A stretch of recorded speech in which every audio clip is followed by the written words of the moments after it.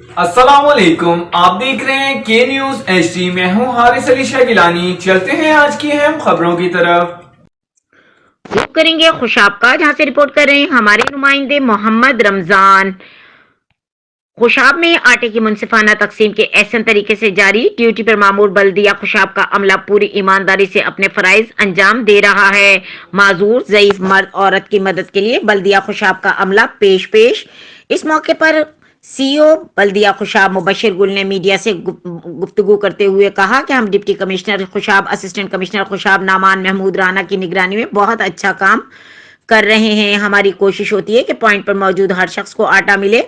आवाम को चाहिए कि सब्र तहम्मुल का मुजाहिरा करें, हमारे साथ ताउन करें। ये उनकी अमानत है जो जिले इंतजामिया पूरी ईमानदारी से रोजे की हालत में ड्यूटी सर अंजाम दे रही है। मजीद इनका कहना था कि कुछ नौसरबाज गरीब लोगों का शनाख्ती कार्ड लेकर गायब हो जाते हैं। इनकी मदद की आड़ में आटा लेकर रफू चक्कर हो जाते हैं।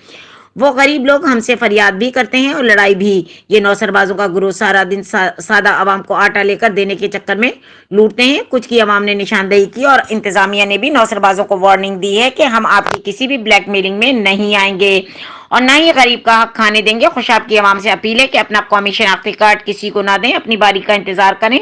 अब जिसके पास अपना शनाख्ती कार्ड और मैसेज होगा उसको ही आटा मिलेगा। मजीद खबरों और अपडेट्स के लिए हमारे साथ रहिएगा। तब तक के लिए अपना ख्याल रखिएगा। अल्लाह हाफिज।